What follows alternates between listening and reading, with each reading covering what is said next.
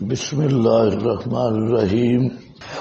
فلما فصلا، پس جب جدا ہوئے بیت المقدس سے طالوت اپنے لشکروں کے ساتھ، قال، اب آ گیا اطاعت امیر۔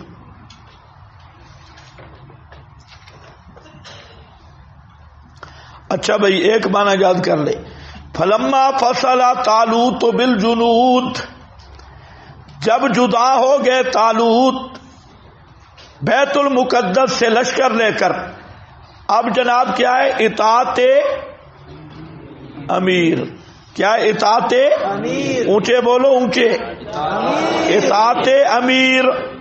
قال ان اللہ، فرمایا بے شک اللہ آزمائش کرنے والا ہے تمہاری، بے نہرن، ایک نہر کے ساتھ، فمن شرب منہ فلیس منی، پہلی قسم ہے فمن شرب منہ، جو پیے گا اس نہر سے، یعنی افراد کے ساتھ، فلیس منی، پس وہ مجھ سے نہیں ہے، مجھ سے نہیں ہے۔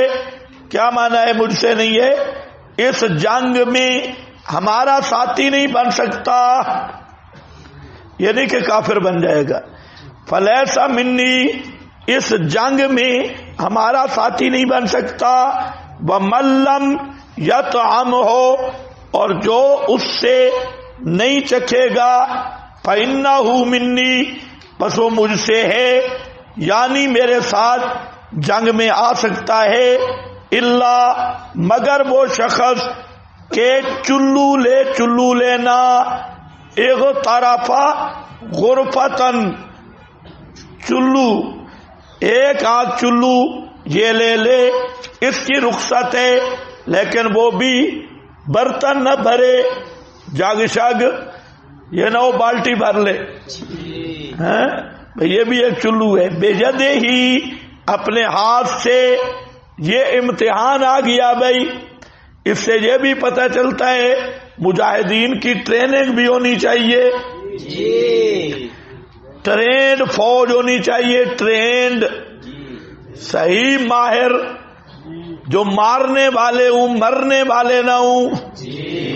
صحابہ کی ٹریننگ ایسی تھی، زبردست ٹریننگ، کہ اگر ایک صحابی کے مقابل 10 کافر آتے، 10 کے 10 مارے جاتے، یہ بچ جاتا۔ ٹریننگ بھی ایسی تھی۔ حضرت عبداللہ ابن عمر بڑے نیک آدمی تھے، لیکن جہاد میں بہت آگے تھے۔ ایک دفعہ حضرت صدیق اکبر نے رضی اللہ تعالیٰ عنہ نے 2 لشکر روانہ کیے شام کی طرف۔ ابتدائی دن تھے، ایک میں عمر ابن عاص تھے، دوسرا لشکر جو تھا وہ ایک اور صحابی کو سپہ سالار بنایا، دونوں کے راستے الگ کر دیے، اور یہ کہا کہ ایک دوسرے کے انتظار میں جاؤ۔ لمبا واقعہ ہے۔ تو ایک کو پہلے بھیجا، فرمایا پچھلوں کا انتظار کرنا۔ وہ جب آگے گئے انہوں نے کہا انتظار کیا کرنا ہے، ہم اپنا کام کریں گے جا کر۔ خیر وہ آگے چل پڑے۔ آگے جب گئے تو شامیوں کا بہت بڑا لشکر، جاسوسوں نے اطلاع دی تھی، وہ راستے پہ ان پہ حملہ کر رہا تھا، حملہ کے لیے پہلے آ رہا تھا۔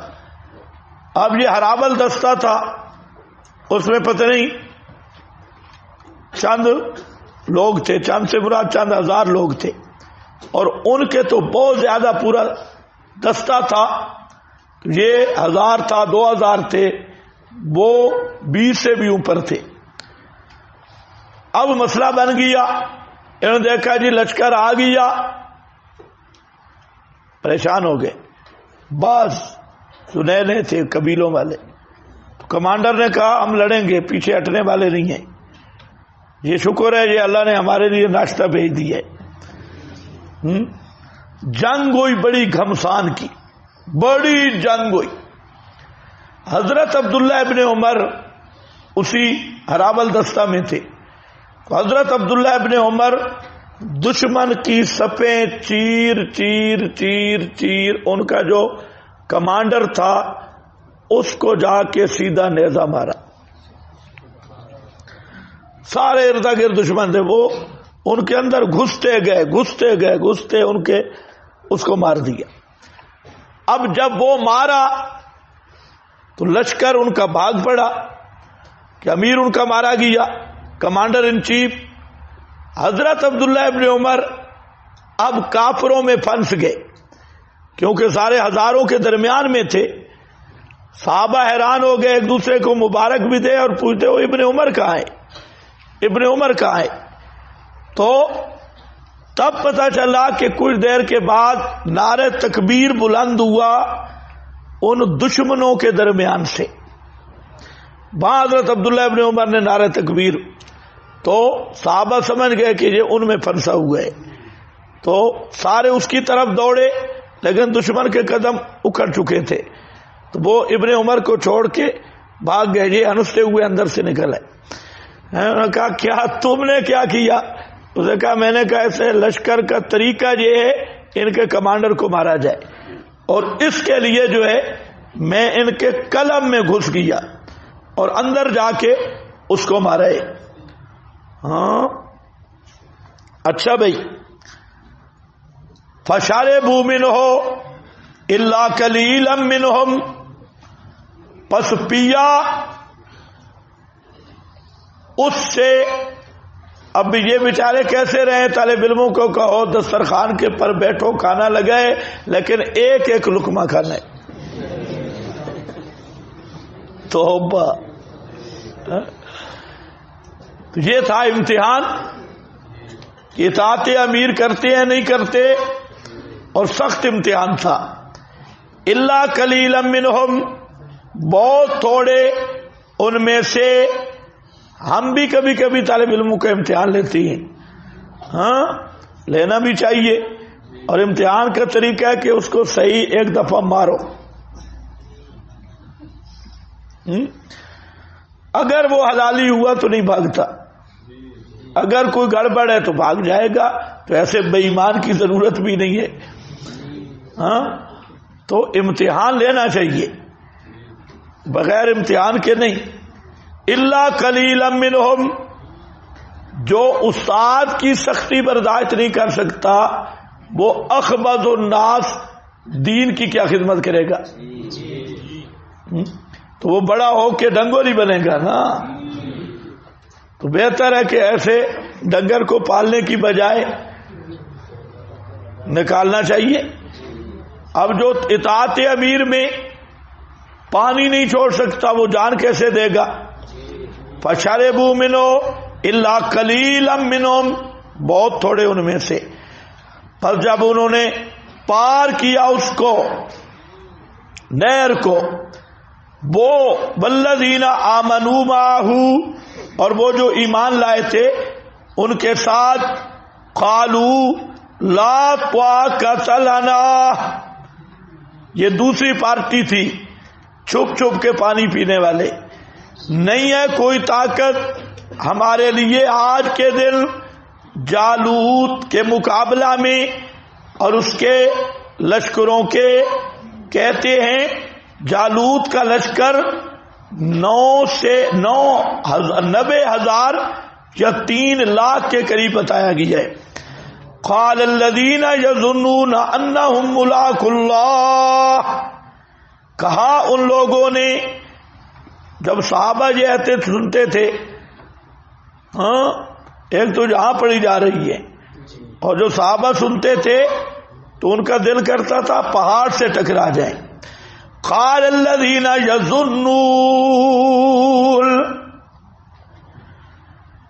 کہا انہوں نے جو یقین رکھتے تھے، انہم ملاقو اللہ، کہ بے شک وہ اللہ سے ملنے والے ہیں. میں نے ظن پہ بات کی تھی، جہاں پہ مانا یقین از قرطبی. کم من فئۃ قلیلۃ، قانون آپ کے لیے سب کے لیے. یہ چاند تھے، مقابلے میں کتنے تھے؟ 90,000 یا 3 لاکھ، اور یہ کتنے تھے؟ 313۔ اس لشکر میں 313 پار لگے، باقی سارے بسترے اٹھا کے چلے گئے۔ انہوں نے کہا لا طاقت لنا اليوم، صبح بھی سبق، شامی بھی، ظہر کے بعد بھی، لا طاقت۔ ہم تو آئے تھے اسلام آباد دیکھنے، ادھر پڑ گیا گلے۔ ہاں کئی کہتے ہیں توبہ یہ تھکتے ہی نہیں ہے، بیمار بھی نہیں ہوتا، تھکتے ہی نہیں، 2-4 دن تو چھٹی ہونی چاہیے۔ ہاں بھائی کرتے ہیں، تمہیں مری کی سیر پہ لے جاتی ہے۔ ہاں بھائی عید کے بعد انشاءاللہ۔ دیکھو قالوا لا طاقت لنا اليوم، آج طاقت ہی نہیں۔ یہ کم من فئۃ قلیلۃ غلبت فئۃ کثیرہ، کتنی کم کثرت کے لیے ہے، کتنی صحابہ کی ہر جنگ میں یہ آیت پڑھی جاتی تھی۔ کمانڈر صحابہ کو جب بتاتا نا اتنے ہزار ہیں، اتنے لاکھ فوج ہے، حضرت خالد جب فارس کی طرف گئے تو 8000 فوج تھی، اور فارس کی پوری فوج تھی لاکھوں کی تعداد میں۔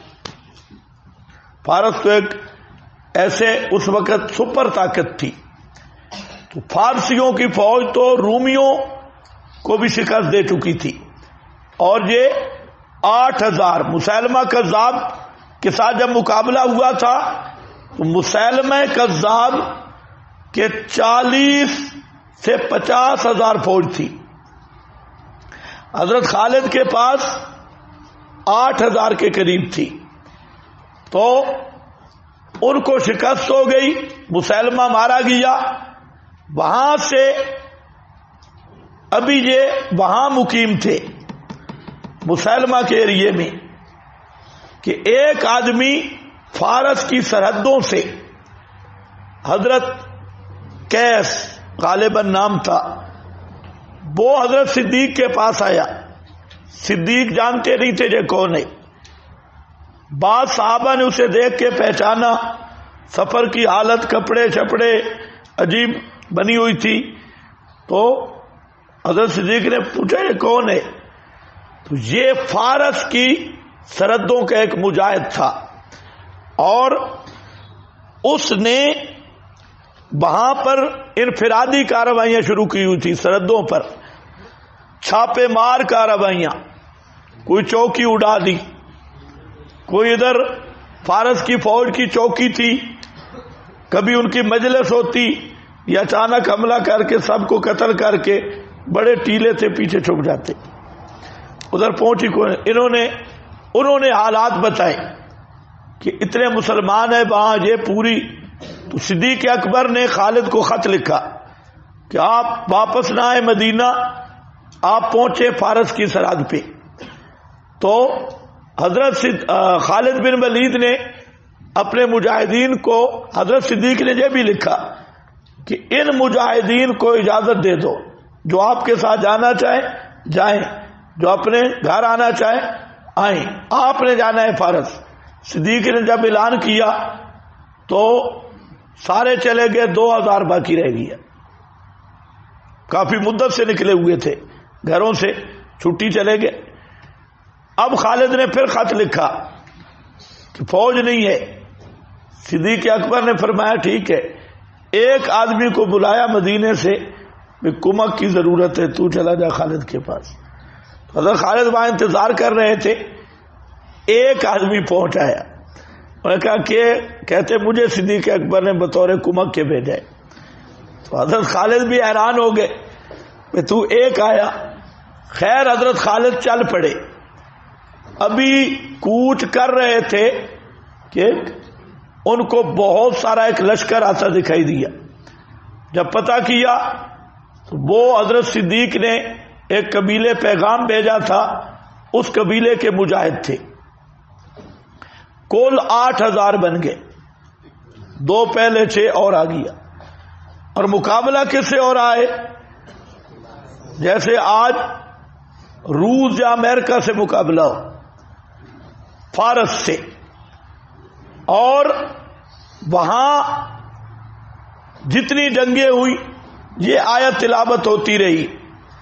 جب یہ آیت پڑھتے تھے کمانڈر مجاہد تو اب اور کسی چیز کی ضرورت نہیں ہوتی تھی، سارے اشکال ختم. کم من فئۃ قلیلۃ، کتنی تھوڑی چھوٹی جماعتیں، غلبت فئۃ کثیرہ،